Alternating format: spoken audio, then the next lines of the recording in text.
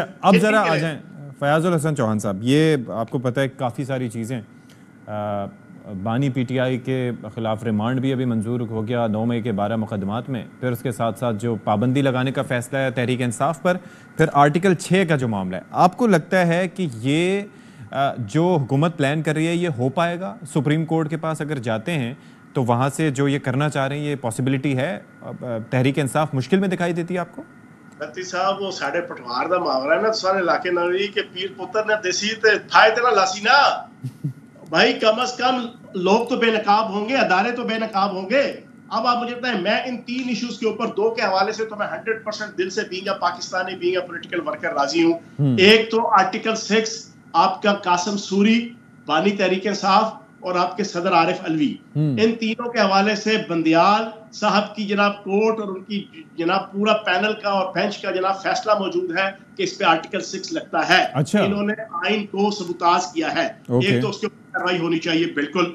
दूसरी कार्रवाई, जो बैरून मुल्क बैठे हुए वो नाम नेहाद इनकलाबी हाफ बॉयल्ड इनकलाबी व्लॉगर्स और वो तमाम के तमाम सोशल मीडिया एक्टिविस्ट जो रियासत पाकिस्तान के खिलाफ साजिश कर रहे हैं, उनके पासपोर्ट कैंसिल होने चाहिए। बिल्कुल 100% राइट। आर्टिकल 6 की सजा पता है आपको फयाज साहब? तीसरी चीज, मुल्क से आगे कोई चीज नहीं है। अच्छा।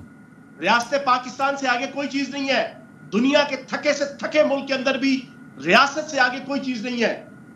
किसी मुस्लिम या गैर मुस्लिम माशरे के अंदर या किसी शरीयत के अंदर भी आप चले जाए, किसी मजहब की, रियासत से आगे कोई चीज नहीं है। रियासत दांव पे लगी है तो महंगाई है ना, रियासत दांव पे लगी है तो बेरोजगारी है ना, रियासत दांव पे लगी है तो मारामारी है ना। तो जब ये महंगाई, बेरोजगारी, मारामारी का रोना रोएंगे तो फिर इसका सद्देबाब क्या होगा?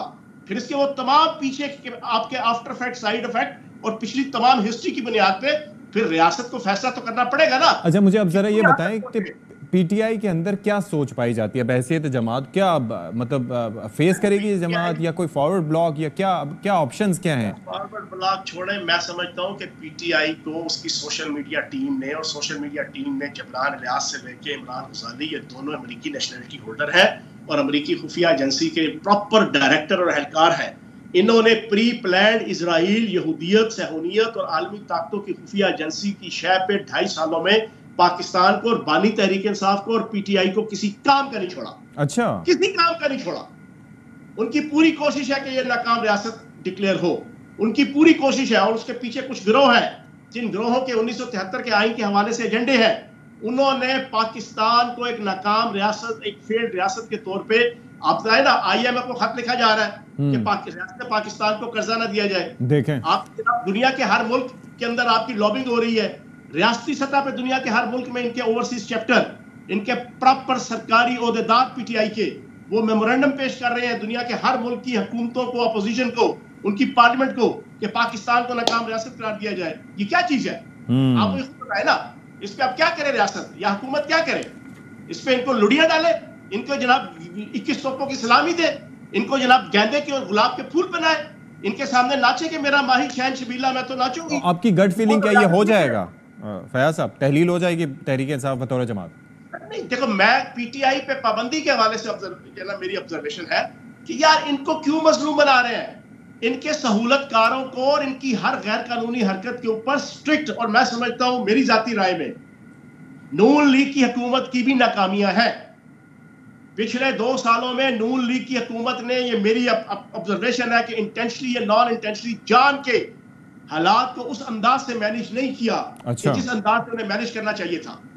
फ्रंट फुट पे आके पुलिस नाकाम रही, अदारे नाकाम रहे, इनके जनाब सिविल अदारे। इन्होंने 9 मई से पहले और 9 मई के बाद प्रॉपर तरीके से इस फितने को, इस फसाद को, इस तहरीक फसाद फिल अर्ज को टैकल और डील नहीं किया। मैं आज एक पाकिस्तानी की हैसियत से ये बता रहा हूं। अच्छा, मुझे एक बात बताएं, इस सारी सूरत हाल में आपने कहा नून लीग की भी गलतियां हैं, तहरीक इंसाफ के साथ ये हो रहा है, बेनिफिशरी कौन सी जमात रही सारी सूरत हाल में? सर, बात यह है, बेनिफिशरी पाकिस्तान की एंटी पावर्स हैं। बेनिफिशरी पाकिस्तान को एक नाकाम रियासत देखने वाली पिछली 40-50 साल से दुनिया की वाहिद इस्लामी एटमी ताकत, उसको तबाह बर्बाद होता देखना, उसको इस खित्ते में इंडिया की एक तूफानी रियासत के तौर पे देखना। अच्छा। उसके एटमी प्रोग्राम को स्टेक पे लगाकर उसके ऊपर जनाब उसको कैप्चर करने के जो प्लान रखने वाली ताकतें हैं, वो बेनिफिशरी हैं। बात रियलिटी की करो। ये हमारे पॉलिटिशियन आके जनाब को मन कह दिया जनाब यहाँ पे पार्टी की, पर्सनैलिटी की, कल्ट की, इनको छोड़ दे। मुल्क उस जगह पे पहुंच गया है कि लोगों को सच्ची बात बताओ कि सच्ची बात क्या है। सच्ची बात यह है कि 20 साल की वॉर एंड टेरर में पाकिस्तान को बचाने के लिए जो चालाकी पाकिस्तान की एस्टेब्लिशमेंट और पाक फौज ने की, उसका बदला गिन गिन के जनाब पिछले 2.5 सालों से लिया। ठीक है।